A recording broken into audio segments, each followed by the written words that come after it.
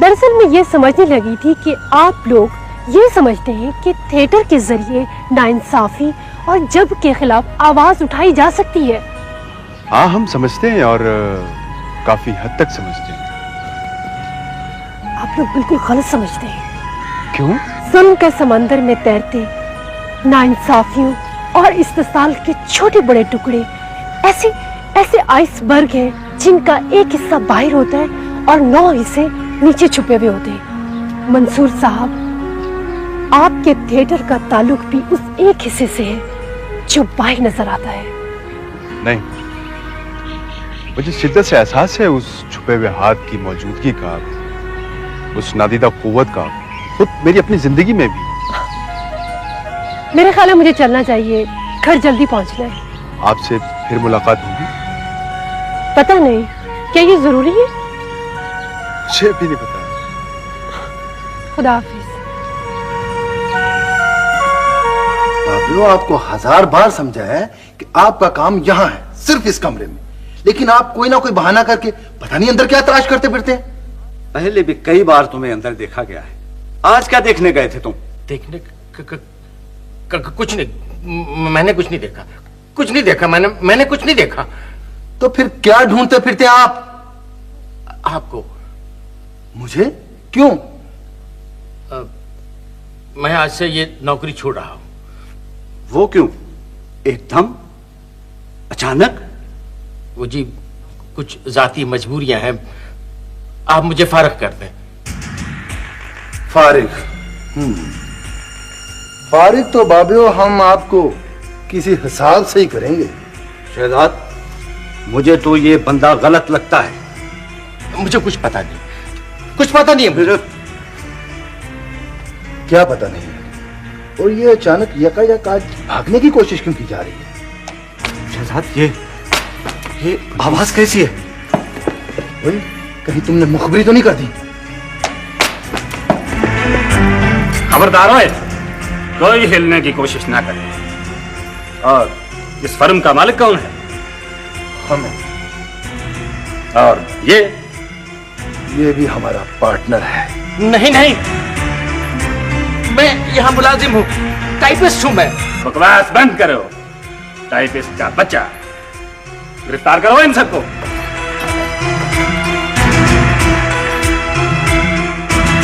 Sir, 2 हफ्ते हुए मैंने अपनी मोटरसाइकिल की रिपोर्ट दर्ज कराई थी। ऊपर से आपको टेलीफोन भी करवाया था, अभी तक आपने उस सिलसिले में कोई किया नहीं कुछ भी। हाँ, कर रहे हैं भाई। सर, बड़ी मेहरबानी है, मुझे बड़ी तकलीफ है। आप कल पता कर लें, पता कर रहे हैं उसको। ठीक है सर। सर, जहांगीर बिल्डिंग से जिन लोगों को पकड़ा है वो यही? क्यों? वो मेरे वाल साहब वहां की पार्ट टाइम टाइपिस्ट की जॉब करते हैं। मुझे पता चला है कि आप खामखा उन्हें भी पकड़ लाए। खामखा पार्ट टाइम टाइपिस्ट? हुआ क्या था? क्यों पकड़ के लाए आप? वो आखिर आप कुछ बताइए तो सही जनाब। अब बताते हैं, बताते हैं। अबू, तुम लोगों ने ये क्या किया? ये मेरे बाप के साथ ये क्या सलूक किया तुम लोगों ने? पीछे हटो, हटो पीछे। देखिए देखिए, ये गैर कानूनी तशद्दुद है। आप ऐसा नहीं, तुम ऐसा नहीं कर सकते, नहीं कर सकते। You will pay for it! Asad, you will pay for it! In hero के पुत्रों को पकड़ो और धक्के देकर बाहर निकाल दो। और अगर ये मजीद एक लफ्ज भी बकवास करे तो ठुड्डे मारकर वापस लाओ और हवालात में मत कर दो। ले जाओ इनको।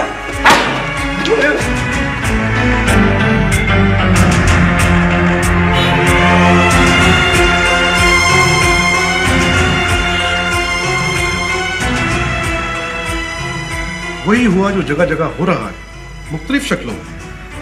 वो फर्म जहां पर आपके वालिद काम करते थे, पैकिंग की आड़ में हेरोइन का कारोबार करती थी, और वो कुछ मटीरियल पकड़ा गया। लेकिन मेरे वाल साहब का उससे कोई ताल्लुक नहीं है। वो तो वहां मैं जानता हूं कि आप ठीक कह रहे हैं, लेकिन ये इंस्पेक्टर जब्बार उन लोगों में से है जिनकी वजह से ये महकमा बदनाम है। मेरे कहने पर मेरा मतलब है कि शायद वो तशद्दुद तो नहीं करेगा, लेकिन इसके अलावा मुझे अफसोस है कि मैं आपकी कोई मदद नहीं कर सकता। लेकिन इंस्पेक्टर साहब, हम क्या करें? 2 ही सूरतें, या तो आप किसी बड़ी रकम का इंतजाम करें या फिर किसी ताकतवर हाथ की मदद हासिल करें। ताकतवर हाथ? जी हाँ, वैसा ही ताकतवर हाथ जिसने आपका केस बर्बाद किया था और मुझे ट्रांसफर करवा दिया था। और अब इंस्पेक्टर साहब आप ही हमें ये मशवरा दे रहे हैं कि गुनाहगार तो अपनी बेगुनाही खरीदता ही है मंसूर साहब, लेकिन यहां तो बेगुनाह को भी अपनी बेगुनाही खरीदना पड़ती है। कितना पैसा दरकार होगा?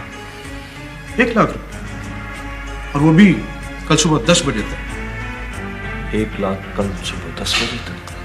इंस्पेक्टर साहब, अगर आप, मेरा मतलब है कि अगर आप जहमत करते हमारे साथ चल के बात कर लेते तो।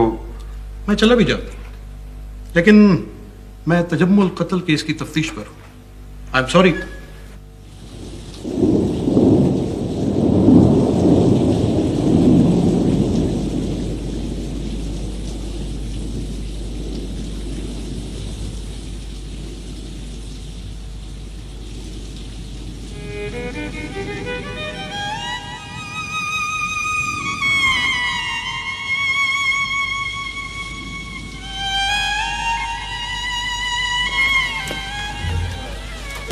ये सब मिल मिला के, और अगर मैं मोटरसाइकिल भी भेज देता हूँ कोई 40-45 हजार बनते हैं। अभी कोई और चीज है घर में जो बेची जा सके? अभी तो 1 लाख का हिस्सा बहुत दूर है। अच्छा, तुम ऐसा करो कि ये घर बेच दो, घर बेच दो, ये और क्या हो सकता है? कौन खरीदेगा रात के 2:30 बजे 2.5 मरले के मकान को, ताकि बेचने वाला अपनी बाप की बेगुनाही का सौदा कर सके? हौसला करो असद, अपने आप पर काबू रखो प्लीज। अम्मी जान, ये उठा ले सब कुछ नहीं होगा इससे। मैं कहती हूँ तुम मुझसे मिलके बात तो कर लो, शायद वो इतनी रकम में मान जाए। तुम्हारे बाबा नौकरी ही तो करते थे, उन्हें क्या पता था, पता नहीं किस हाल में होंगे। असद, वो ठीक तो थे ना? हाँ, बिल्कुल ठीक थे, बिल्कुल ठीक थे। आप फिक्र ना करें, आप तो हौसला रखें माँ जी। मेरा ख्याल है सर कि हमें अब दूसरा रास्ता इख्तियार करना चाहिए। दूसरा रास्ता? हाँ, सोचो कौन से लोग हैं जो हम पे मेहरबान हो सकते हैं। अच्छा सुनो, मेरे पास एक बच्चा पढ़ता है, उसका बाप डीएसपी है, और बच्ची है, उसका पता नहीं मामू है, डिप्टी डायरेक्टर है। वो हो सकता है कुछ? ये बड़ा छोटा काम है ये। बेटा वो नुक्कड़ वाली नहीं है हशमत बीबी, उसका बेटा नया लगा है, वो क्या कहते हैं बेटा, वो मजिस्ट्रेट का रीडर। सुना इन लोगों की बड़ी पहुंच होती है, मिलके तो देखो। माँ, इस वक्त कुछ नहीं हो सकता, इस वक्त सब बड़े बड़े लोग सो रहे होते हैं। सुबह ये रात तो ऐसे ही काटनी पड़ेगी। आप प्लीज रोएं तो ना, प्लीज। देखिए अभी हम लोग जिंदा हैं। हम लोग मर चुके हैं, सिर्फ दिल धड़कते हैं हमारे, और कभी कभार सुई लगने पर चीखते हैं। मत करो ऐसी बातें, तुम्हारी माँ और बहन परेशान होती है। मत बोलो ये डायलॉग। ये तुम्हारे ही थिएटर के डायलॉग बोल रहा हूं मैं, डायरेक्टर साहब। हाँ सुनो सर, बेगम नादरा मसूद से बात हो सकती है। हाँ, यू आर राइट, उनका शुमार भी बड़े लोगों में होता है।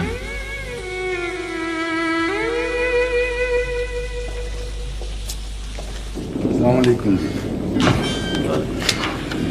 मेरे भोले बादशाह, ये पैकेट तो संभालो, बाकी के हमारे बड़े पहुंचा देंगे।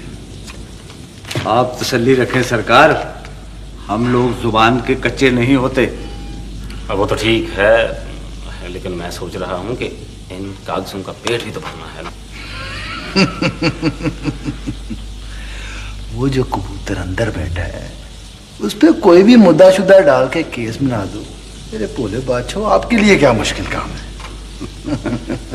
अब बकवास ना कर, तुम अब जाओ, चलो खिसकने की कोशिश करो। अस्सलाम वालेकुम।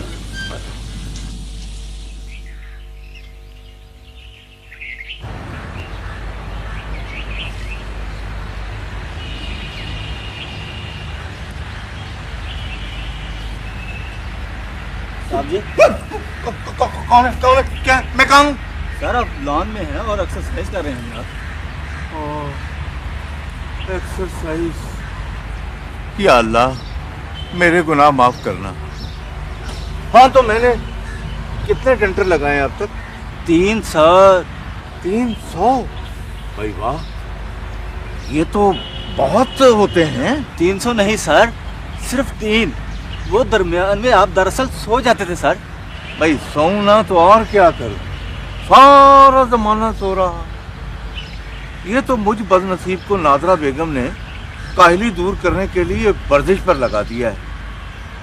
मैंने कहीं पढ़ रखा है कि ज़माना कदीम में लोग कैदियों को सोते में उठाकर अजाब देने के लिए वर्जिश पर लगा देते थे। या अल्लाह अब मेरे गुनाह माफ कर दे। सर अब दूसरी वर्जिश। अब क्या? अब आप सीधा लेट जाए सर। लो भाई, अब आप जरा उठने की कोशिश करें, जरा जोर लगा के सर, जोर लगा के और जोर से नहीं यार, ये मुझसे नहीं बनता।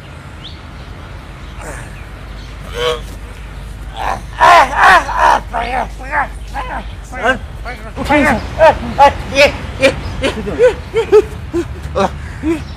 ये क्या? मैं आसमान को पकड़ने की कोशिश कर रहा था, बीच में जमीन आ गई। नहीं भाई, बड़ा खतरनाक खेल है ये वर्जिश। नहीं, मैं ये रिस्क नहीं ले सकता, नहीं ले सकता मैं ये रिस्क। ये तो काम तुम कर लो, ये काम है ही नौकरों के करने का।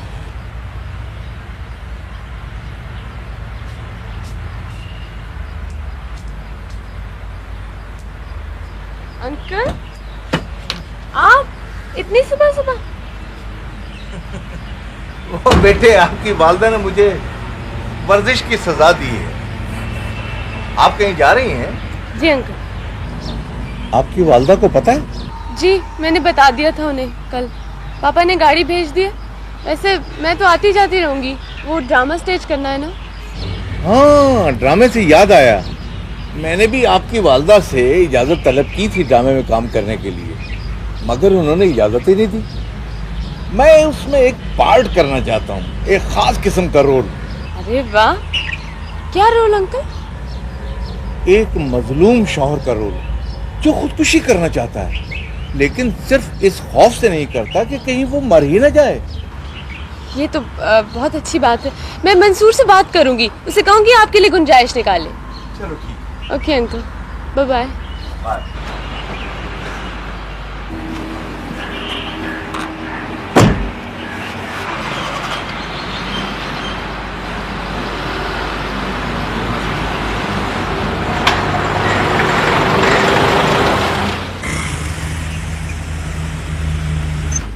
असद, तुम?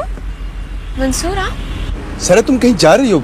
मैडम कहाँ है? एक बहुत जरूरी बात करनी थी फौरन इसी वक्त। क्या बात है? बहुत परेशान नजर आ रहे हैं आप।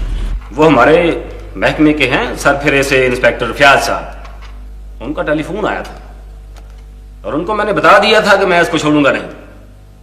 उसके बाद फिर तुम्हारा तो कोई नहीं आया।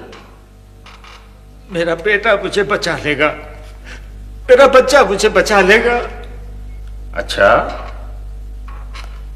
अगर ऐसा है तो मैं 1 आध घंटा इंतजार कर लेता हूँ।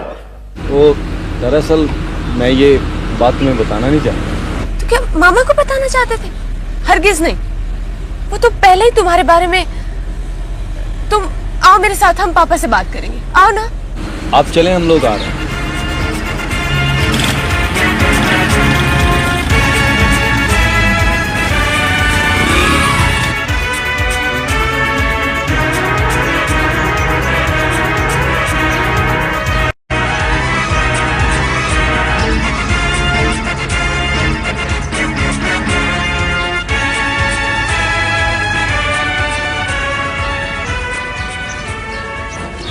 हाँ, तुम अपना सर जाके बात करो तो मैं फ्लैट पर इंतजार कर रहा हूँ। ठीक है, वहीं आ जाना। ठीक है।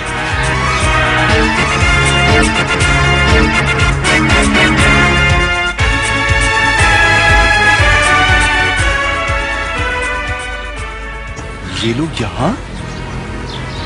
कौन लोग? नहीं, कोई नहीं, तुम जाओ जल्दी से, मैं फ्लैट पर ही हूँ। हाँ ठीक, ओके, खुदा। नहीं डर नहीं, मैं अब तक ये नहीं समझ सका कि वो शख्स मंसूर और वो उसका लफंगा दोस्त जो उसके साथ होता है, वो दोनों वहां क्या कर रहे थे? वो कमाल साहब के घर। अरे बाबा छोड़ो इस चक्कर बकर को, तुम किन ख्यालों में पड़ गए हो? हमें क्या मतलब है कि वो जो कुछ भी वहां कर रहे थे, तुम्हें या मुझे? नहीं डैड, लेकिन देखो हम कमाल साहब की तरफ इसलिए नहीं गए थे कि वहां से तुम उन मनहूस एक्टरों का शोशा लेके आ जाओ। तुम्हें याद है कमाल साहब ने जो बातें तुमसे की थी, वो जो बातें कमाल साहब ने की थी? वो डैड वो एक तो तनवीर प्लीज, खुदा के लिए, ये कारोबारी मामला आते हैं, इनमें बड़ी जान जलानी पड़ती है, इसमें बड़ा खून जलता है आदमी का। हाँ याद आया, वो कमाल साहब कह रहे थे कि शायद वो तक्कड़ साहब 2-4 रोज में शहर आने वाले। वो तो खैर है, तक्कड़ साहब आएंगे, लेकिन और तुम भूल गए कि तुमको कस्टम हाउस जाना है, वो मशीनरी जो इंपोर्ट करनी है उस सिलसिले में, और जिनको कमाल साहब ने टेलीफोन किया था उनसे आपने केस डिस्कस करना है जाके। Yes yes yes yes, you are right. लेकिन डैड, एक बात मुझे अभी तक समझ नहीं आई। वो क्या? ये सईद कमाल साहब आखिर हम पे इतने मेहरबान क्यों हो रहे हैं? हाँ, वो सभी पे मेहरबान है, सखावत का दरिया बह रहा। उस दिन तक्कड़ साहब भी वहां थे जब कमाल साहब ने बात की। मुझे तो लगता है कमाल साहब का जहन बहुत मुख्तलिफ है, बहुत ही मुख्तलिफ, और ताकत का वो सब खजाना एक फ्लॉपी डिस्क में बंद है, और उस कंप्यूटर प्रोग्राम में जिसे उन्होंने दलदल का नाम दिया। अपना काम बताओ और उन लोगों की तफसील जो काम कर सकते हैं, और फिर कंप्यूटर बताएगा कि कौन सा फंसा हुआ परिंदा मुश्किल आसान कर देगा। अनबिलीवेबल। और शुक्र कर बुड्ढे, हम तुम्हारे ऊपर कोई बड़ा मुद्दा नहीं डाल रहे हैं। मैं बेकसूर हूं, इतना जुल्म न करो, मेरे बच्चे तबाह हो जाएंगे। अब ज्यादा बकबक ना करो। हेलो, यस है जब्बार। Yes sir. जी जी जी सर। सर मेरे पास ही खड़े हैं सर, तशरीफ रखते हैं sir. I am sorry sir. No sir. Yes sir. जी सर, मैं खुद छोड़ के आता हूं सर। जी सर, अभी सर। दरअसल ये ताल्लुक बड़ा पुराना है, तारीख में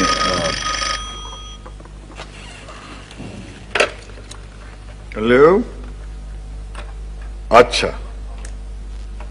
thank you very much Indeed, शुक्रिया जनाब। अच्छा, खुदा हाफिज। तो वो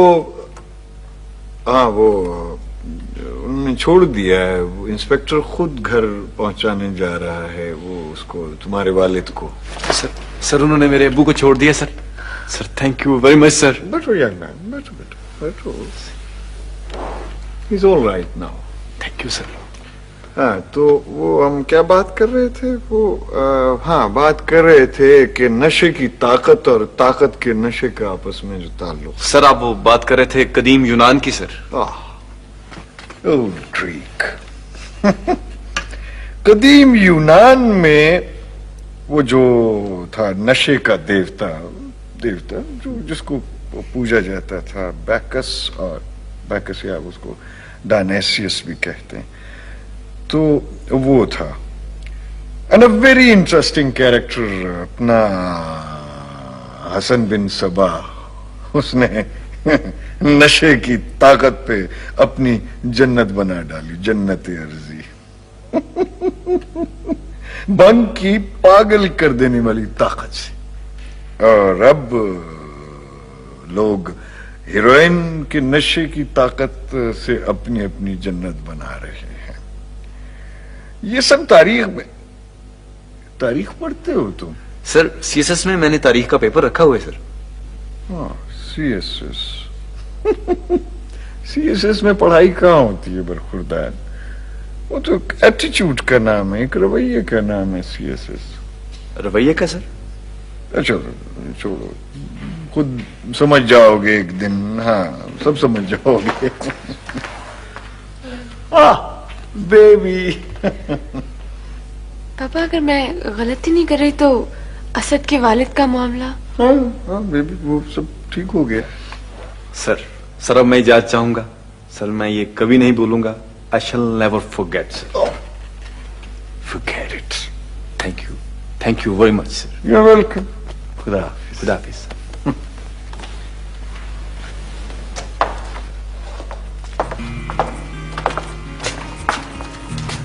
तुम्हारे पापा वाकई हैरत अंगेज हैं। थैंक यू एंड खुदा हाफिज।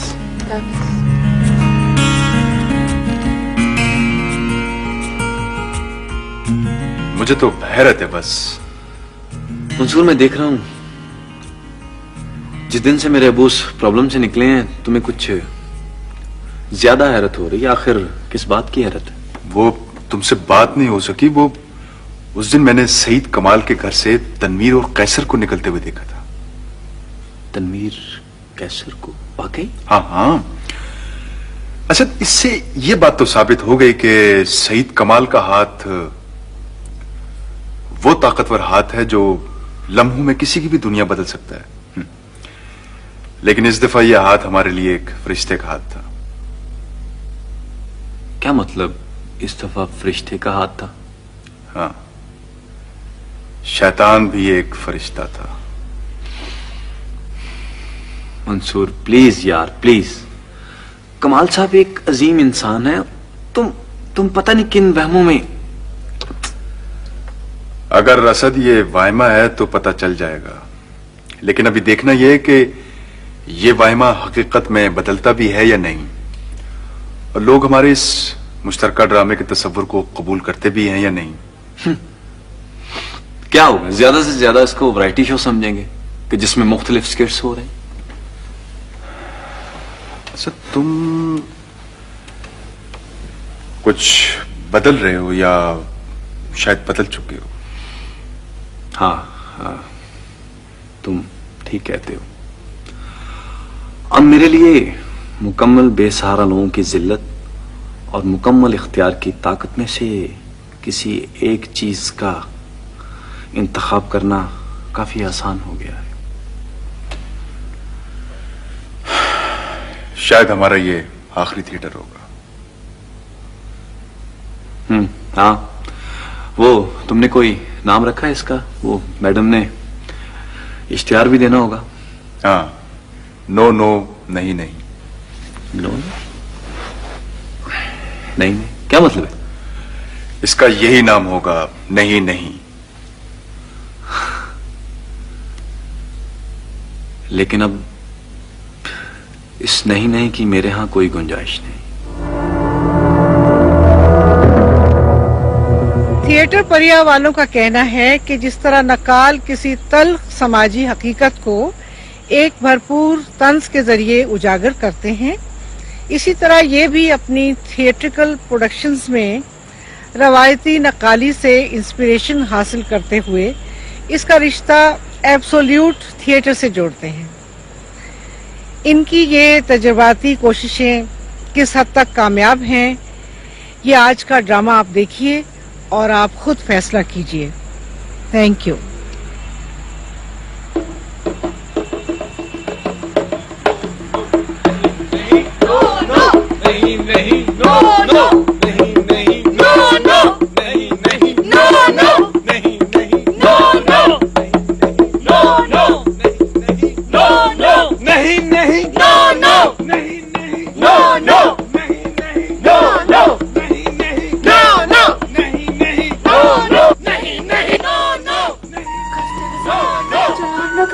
मैंने घर जल्दी पहुंचना है। पैसे दे दिला के फारिग कर दो ना। थानेदार साहब, सबजन के 2 नोट चलेंगे? खबरदार हो, हमें समझा क्या तुमने? हाँ, यह चालान नहीं हो सकता। ये शादी नहीं हो सकती। ये इस्लाम तो होगा। जानते हो मैं कौन? कौन हो तुम? मेरा नाम अब्दुल गफूर है। अच्छा, तो फिर? मेरे मामू का नाम अब्दुल शकूर। अब्दुल शकूर?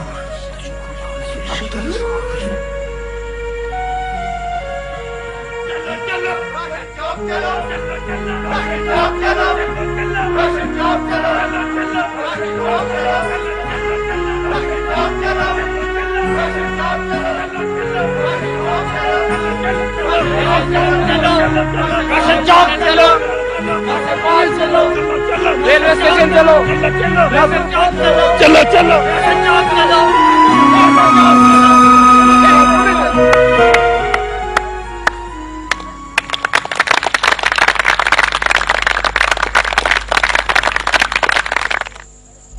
अब हम आपको एक ऐसे आदमी की कहानी दिखाने वाले हैं जिसके बारे में ये फैसला दे दिया गया है कि वो मर चुका है। वो बेटा मेरी पेंशन का क्या बना? ओहो माँ, तुम्हारी पेंशन 5 तारीख को आती है, ये 31 तारीख है।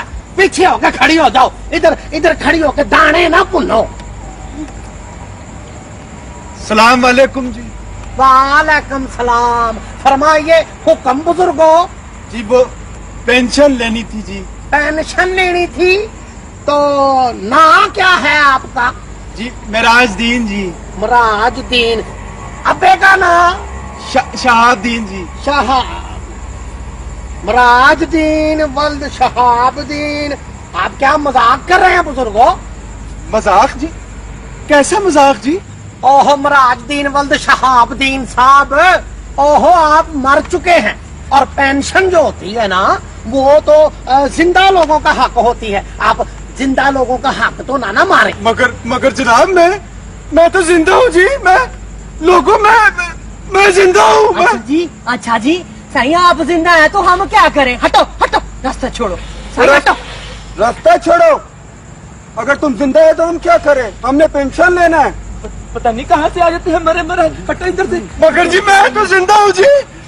यार मेरी बात सुनो, मेरे पास जो ये रिपोर्टें हैं ये झूठ बोलती हैं। मेरे पास कब्रिस्तान की रिपोर्ट है, मेरे पास टाउन कमेटी की रिपोर्ट है, और ये जो मेडिकल रिपोर्ट है। और डॉक्टर तुमसे घट पढ़ा लिखा है, और डॉक्टर सियाना कि तुम सियाने हो, तुम मर चुके हो। मेरी बात सुने गोरकन साहब, जाएं और जरा तकें ये जिंदा है कि मर गया है। रमन ने याद ना पड़े है कि इस पमाइश के मुर्दे को मैंने पहले भी कहीं दफन किया हुए। हाँ तक्का है ना। आप आएंगी जरा। हटे हटे भाई। अच्छा। अभी फैसला हो जाता है। दिखाओ भाई दिल का।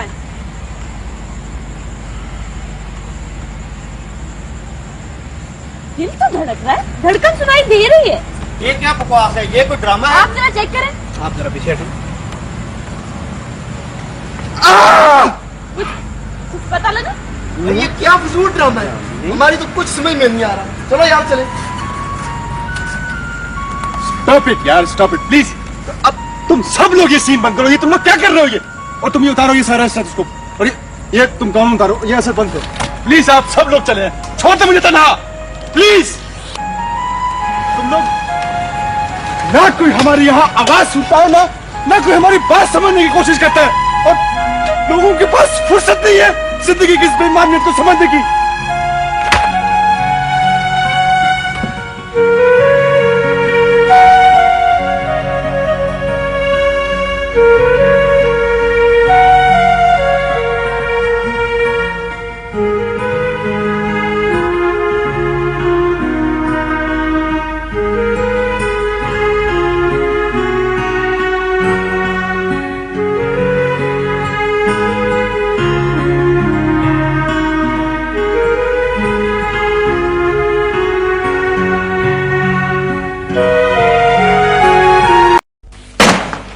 ये अखबारात के रिव्यूज देखे हैं आपने? एक से बढ़कर एक डैमेजिंग। किसी ने भी आपके ड्रामे की तारीफ नहीं की। सबने यही लिखा है कि बिल्कुल ऊट पटांग और बकवास ड्रामा था जिसका सर था ना पैर। आप लोगों ने खामखा मेरा भी वक्त बर्बाद किया और अपना भी टाइम वेस्ट किया। प्लीज मैडम, प्लीज बस कीजिए। ज्यादा गरजने और बरसने की कोई जरूरत नहीं है। गलती हमारी भी है और आपकी भी है। What do you mean? मेरी गलती? जी हाँ, हमने गलियां छोड़ी और आपने गलत लोगों का इंतखाब कर दिया। स्ट्रीट थिएटर को स्ट्रीट पर ही होना चाहिए। हाँ ठीक कहते हो। उमरा के बंगलों के पिछवाड़ों में गुर्बत और जिल्लत के रोने रोना महज फ्रॉड है। अब हम गलियों में ही जाएंगे यार, गलियों में। मेरी तरफ से आप जहां जाना चाहते हैं आज ही चले जाइए, लेकिन बराए मेहरबानी मेरा ये प्रेमिसेस छोड़ दीजिए।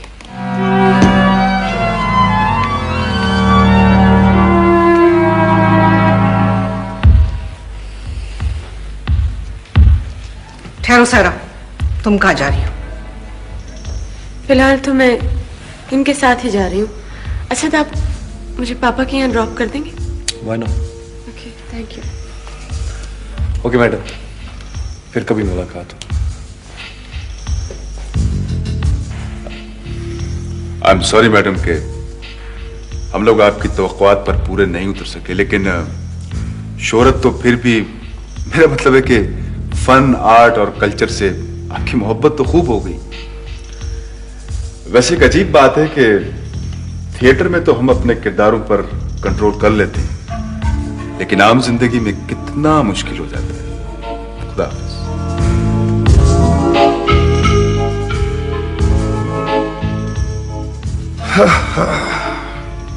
अरे सब कुछ खत्म होएगा वाह भाइयों, सब कुछ खत्म होएगा वाह। बहुत वक्त जाया किया। अब तक कोई नौकरी ही ढूंढ ली होती तो कहीं ना कहीं मुलाजिम होते।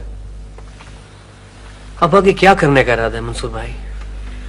कुछ ना कुछ तो करना होगा, ये सब ऐसे ही जाया नहीं होना चाहिए। नहीं, कुछ भी नहीं जाया होगा, हम फिर आएंगे। आने का सवाल तो बाद में, पहले ये पता चले कि हम जाएंगे कहाँ। अब तक तो मैं जिंदगी में जो ऐसे ही गिरा पड़ा नजर आता रहा और उसे उठाकर थिएटर बनाता रहा, लेकिन अब मुझे कुछ ढूंढना होगा, कुछ सवालों के जवाब तलाश करने होंगे। हम फिर मिलेंगे दोस्तों। खुदा हाफिज। खुदा हाफिज। ओके मंसूर, जाने। ओके खुदा हाफिज।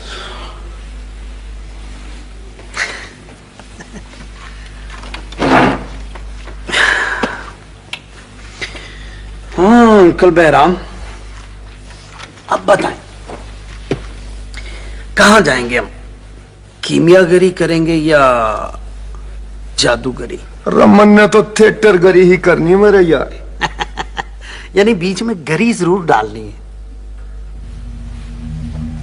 सैड, अफसोसनाक है, मगर उस औरत ने ऐसा करना ही था। उसका मकसद पूरा हो गया तो उसने निकाल दिया वो तुम्हारा थिएटर ग्रुप। जो औरत अपने मकसद के लिए अपनी बेटी को इस्तेमाल कर सकती है तो वो दूसरों के साथ क्या कुछ नहीं कर गुजरेगी। खुदगर्ज चालाक औरत। बेटी को इस्तेमाल मकसद के लिए? क्या कह रहे हैं आप पापा? स्वीट हार्ट, मैं तुम्हें बताना चाहता था, वो जब कुछ अर्सा पहले बेगम जलीस यहाँ आई थी, लेकिन तुम अपने इन सिलसिलों में मसरूफ थी, इसलिए मैं बता नहीं सका। वो यहाँ आई थी? हाँ, वो शायरा बच्चे, वो नादरा तुम्हारी शादी बेगम जलीस के बेटे के साथ करना चाहती है। वो क्या नाम है उसका, साजिद, पता नहीं कौन है। मुझसे पूछे बगैर मेरी, मगर इसीलिए वो मुझे मिलवाती थी उस औरत से बार बार। मगर पापा मैं तो बेबी, बच्चे ये ठीक है कि माँ या बाप को बेटी की शादी के बारे में सोचना चाहिए, लेकिन उस औरत का जो मंसूबा था वो तो। मंसूबा क्या? आई एम सॉरी सारा डार्लिंग, वो नादरा तुम्हारी शादी उस करोड़पति खानदान में इसलिए करना चाहती है कि वो दौलत से अपना रिश्ता जोड़ सके, अपनी गिरती हुई माली हैसियत को मुस्तहकम कर सके, अपने बुढ़ापे को महफूज बना सके।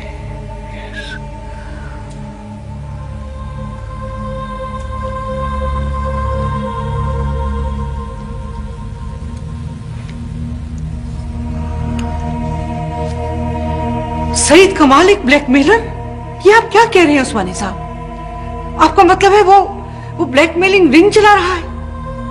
उसकी ये अदर सर्विसेज? उनकी अदर सर्विसेज मैं समझता हूं बेगम साहबा, और भी बातों का पता चलेगा।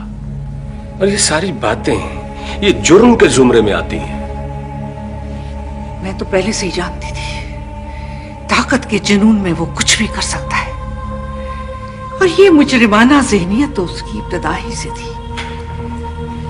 इन बातों को हम रिट में इस्तेमाल नहीं कर सकते वकील साहब? नहीं नहीं नहीं बेगम साहबा, बगैर सबूत के हम कुछ नहीं कर सकते। अभी और बहुत कुछ मालूम करना है और मैं कर रहा हूं। आप कुछ भी कीजिए वकील साहब, मुझे किसी तरह बेबी को इसके चुंगल से आजाद करवाना है। सर, मैं ये मालूम करना चाहता हूँ कि इन तमाम वाकयात के पीछे असल में कौन है, किस आदमी का हाथ है। सर, अब तो परवेज भी तौबा कर गया है, प्लीज अब तो बता दें। देखिए, उस सब के पीछे कोई ब्लैक मेलिंग एक्टिविटी है और कुछ साहब हैं सईद कमाल। Black mailing? सईद कमाल?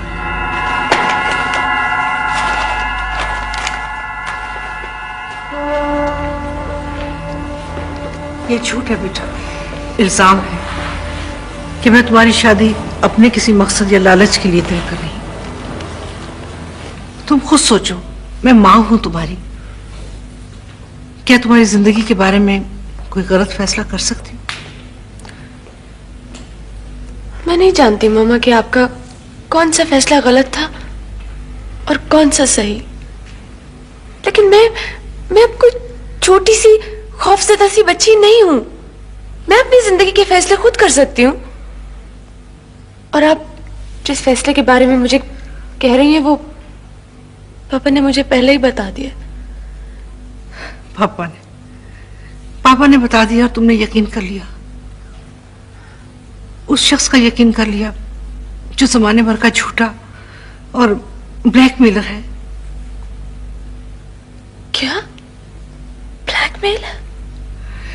तुम्हें नहीं पता बेटा, उसने रिटायरमेंट के बाद अब क्या धंधा शुरू कर रखा है। मैं बताती हूँ तुम्हें उसकी ये अदर सर्विसेज दरअसल क्या। मैं तो कहता हूं भाई जी, आखिर हो गई।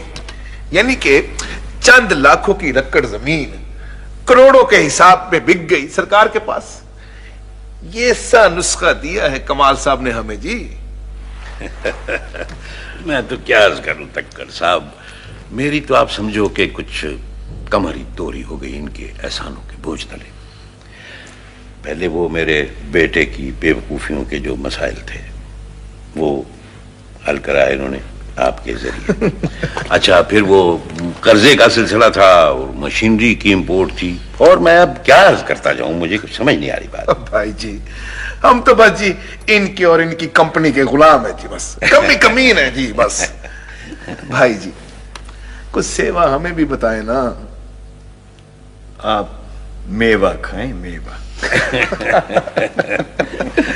तो कैसर भाई जी, पैसा तो भाई कमाल ने दिलवा दिया, समझे, लॉटरी निकलवा दी। सही। अब इस पैसे को महफूज तो आपने ही करवाना है ना। मैं कुछ समझा नहीं अपना तक्कर साहब। देखिए ना भाई जी, अब इस ज़राअत वाले काम में पैसा धेला तो रहा नहीं, नखिद हो गया है सारा काम भाई जी। तो अब मेरा विचार था कि भाई जी आप तो गुनी आदमी हैं। गुनी? Well said. As Stanislavski says, the virtuoso. गुनी। सही। तो कहने का मतलब ये था कि अब आप अपनी फैक्ट्री मशीनों में हमारा पैसा भी लगवा दीजिए। तक्कर साहब, यानी मेरा मतलब कि आप वाकई, यानी मेरी तो आप समझे कुछ खुश नसीबी भी, आप कैसी बात है, आप वाकई ये बिल्कुल करना चाहते? जी बिल्कुल बिल्कुल जी। तो फिर हाथ मिलाए ना जी। बिस्मिल्लाह बिस्मिल्लाह। माया को मिले माया, कर कर लंबे हाथ। तो गोया ये मुआहिदा भी इस खादिम के गरीब खाने पर तय हुआ। जी सही है, तफसीलात फिर तय कर लेंगे। जैसे आपकी मर्जी। जी। तो भाई कमाल जी, तो वो तजम्मल बेचारे के वकूए का कुछ आगे पता चला या नहीं? कुछ ऐसी क्या पता चलना था उसका, बड़ी पुरस्कार वारदात थी। पुरस्कार वारदात कहाँ थी भाई जी? अब मैं सब जानता हूं। सब जानते हैं। मेरा मतलब है जी कि अब मेरे पास ही बैठे थे, जब गोली आई। जब गोली आई तो आप पास ही थे जी। वैसे मुझे ख्याल आता है तक्कर साहब, माफी चाहता हूं, वो जो गोली आई थी तजम्मुल के लिए, कहीं वो आपके लिए तो नहीं थी?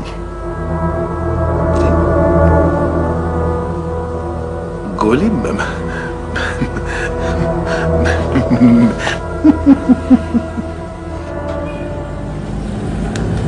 हाँ जी सजनो, चाय उड़ रही हैं?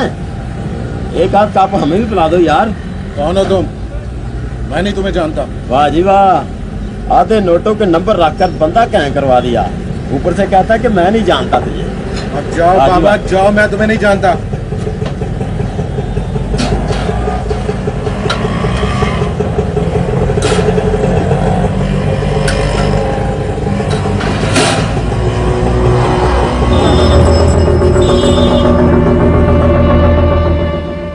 तुम्हें उस शख्स के साए से भी बचना चाहिए था।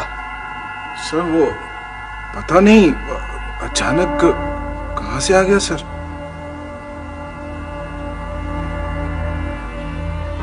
तुम्हें यकीन है कि तुम्हें यहां किसी ने आते नहीं देखा हो?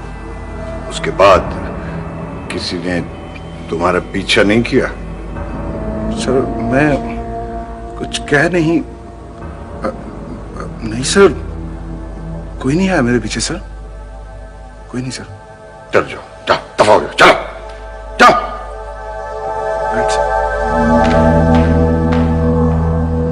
समझ में नहीं आता कि क्या भूत सवार है तुम्हारे सर पर सईद कमाल साहब के खिलाफ। भूत नहीं असद, मैं काफी मालूमात इकट्ठी कर चुका हूं उनकी इस अदर सर्विसेज के बारे में।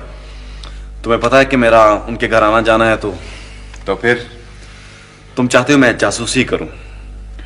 तुम्हें पता है एक बात का असद, कि ईवल की बहुत सी शक्लें होती हैं। Dam your evil. मंसूर, मेरा ख्याल है कि हम आइंदा इस हवाले से ना ही मिले तो अच्छा है। ठीक है, मैं समझ गया। खुदा हाफिज।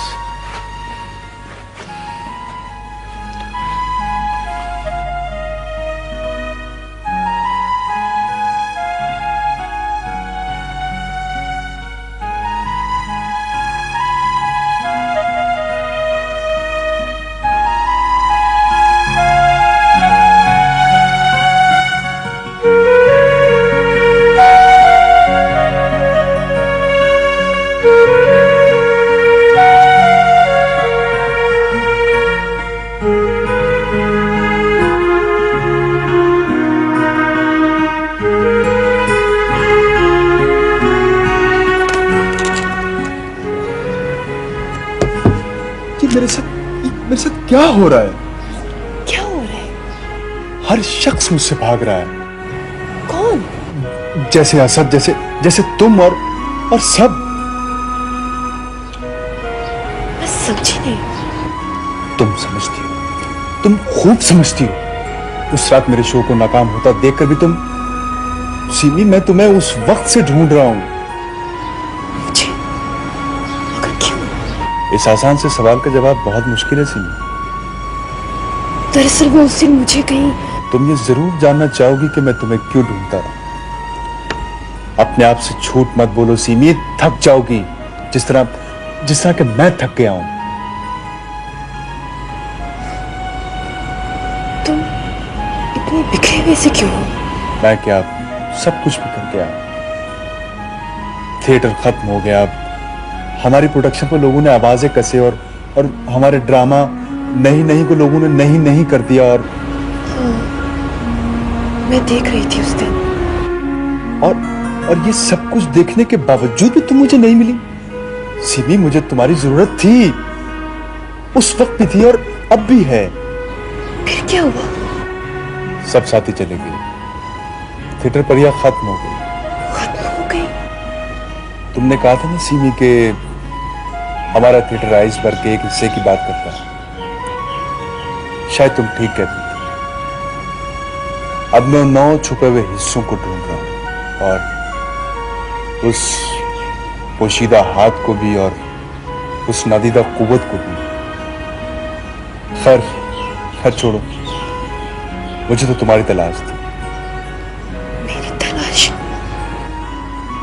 क्या तुम मानोगे कि इस वक्त दुनिया में मैं बिल्कुल तन्हा हूं? हाँ, मैं सच कह रहा हूं। मैं ये कोई अफसानी बात नहीं कर रहा सिमी, मैं सचमुच बिल्कुल तन्हा हूं। कोई नहीं ऐसा जिससे सिर्फ तुम हो। हाँ, तुम हो। आज तुम्हारे पास कुछ खाने के लिए नहीं? शायद ये अजीब सा लम्हा है। मंसूर तुम मुझसे और बर्दाश्त नहीं होता। तुम मुझे भूल नहीं सकते हो। भूल जाऊं? क्यों? तुम जानते हो मैं कौन हूं? मैं जानता हूं कि तुम कौन हो। तुम सीमी कैसर खान की बेटी और तनवीर कैसर की बहन। तुम मेरे बारे में सब कुछ जानते हो, मगर कब, कैसे? तुमने मुझे तो नहीं बताया। तुम्हें हैरत हो रही है, बहुत ज्यादा हैरत हो रही है। तुमसे खौफ आने लगा है। तुम कैसे इंसान हो? मैं अक्सर सोचता था कि पहले तुम बताओगी या मैं कि तुम कौन? मगर मैं तो तुम्हें कुछ बताए बगैर ही तुमसे दूर चला जाना चाहती थी, और शायद अब भी मुझे ऐसा ही करना चाहिए। मगर अब ऐसा नहीं हो सकता। तुम मुझसे दूर नहीं जा सकती। सब कुछ जाने के बावजूद भी तनवीर ने और जो कुछ डैडी ने तुम्हारे साथ किया, तो फिर भी मुझे। तुम एक नाम छोड़ रही हो, सईद कमाल, बहादुर सर्विसेज, मगर शायद तुम्हें इसका इल्म ना हो।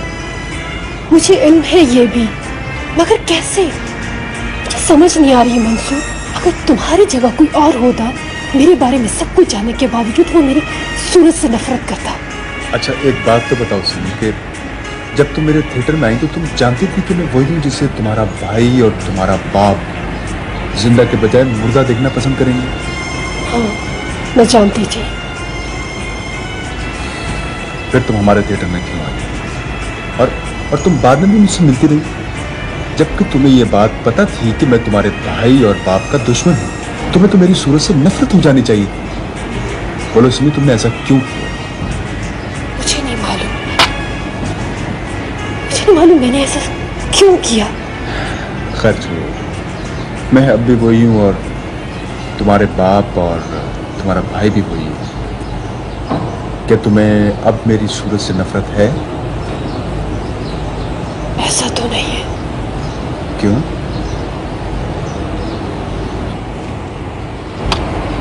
इसलिए कि मैं समझती हूँ कि वो गलती पर थे। तुम्हारे साथ ज्यादती हुई है।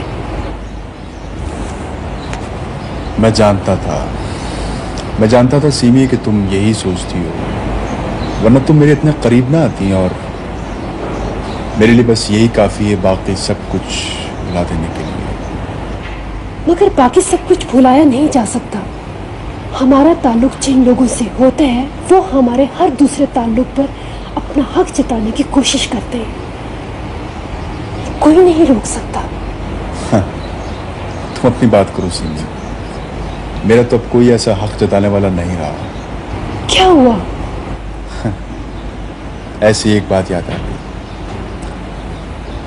जब मैं बच्चा था तो बाबा के थिएटर में हर रात स्टेज के साथ लगा खड़ा रहता था। पर्दों के पीछे छुपा हैरत से उनके उन अनोखे मर्दों और औरतों को देखा करता था जो स्टेज पर ऊंचे ऊंचे मकाल में बोलते थे और आपस में लड़ते बढ़ते थे, मरते मारते थे और फिर सीन खत्म होने के बाद अपने अपने खैमों में आकर चुपचाप खाना खाते थे और फिर अगले सीन की तैयारी करते थे। मगर सीन एक बात की समझ नहीं आती थी। किस बात की? ये कि जब वो मर्द और औरत मकान में बोलते थे, मोहब्बत और इश्क की बातें करते थे तो मुझे कुछ समझ नहीं आती थी कि ये क्या बातें करते हैं। हीर रांझा, लैला मजनू, सस्सी पुन्नू। और मैं उस मिट्टी के थड़े जैसे स्टेज के पीछे छुपा हुआ ये सोचा करता था कि मैं इन बातों को एक दिन जरूर जानूं। तो फिर कुछ जाना? हाँ, शायद।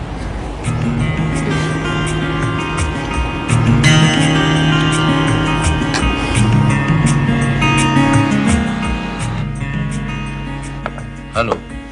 जी जी, मैं समझ रहा। जी बहुत शुक्रिया जी, थैंक यू। मैंने लिख लिया, थैंक यू। ओके डैड, आज बहुत काम हो गया, अब मैं चलता हूँ। क्या काम हो गया? कोई काम नहीं हुआ। अभी तुम्हें वो चीफ इंजीनियर से डिस्कस करना है कि वो क्या प्लान कर रहा। और देखो, इस फैक्ट्री के प्रोजेक्ट में वो जो तक्कड़ साहब हैं हमारे बराबर के हिस्सेदार हैं। रुपए पैसे के मामले में हमें बहुत एहतियात करनी है। तक्कड़ साहब, स्लीपिंग पार्टनर, सोए हुए हिस्सेदार। वैसे डैड, मेरे ख्याल में उनको ज्यादातर सोया ही रहना चाहिए। क्या बकवास कर रहे हो? बेतुकी बातें तुम हाँकते जा रहे हो। जो मुंह में आता है तुम कहे जा रहे हो। डैड, आपका बीपी हाई हो जाता है। वैसे ये बेमकसद की हाँकना, ये तो हम दोनों का काम है। क्या मतलब? क्या बकवास कर रहे हो? क्या मतलब है तुम्हारा? डैड, मेरा मतलब है मैं और सिमी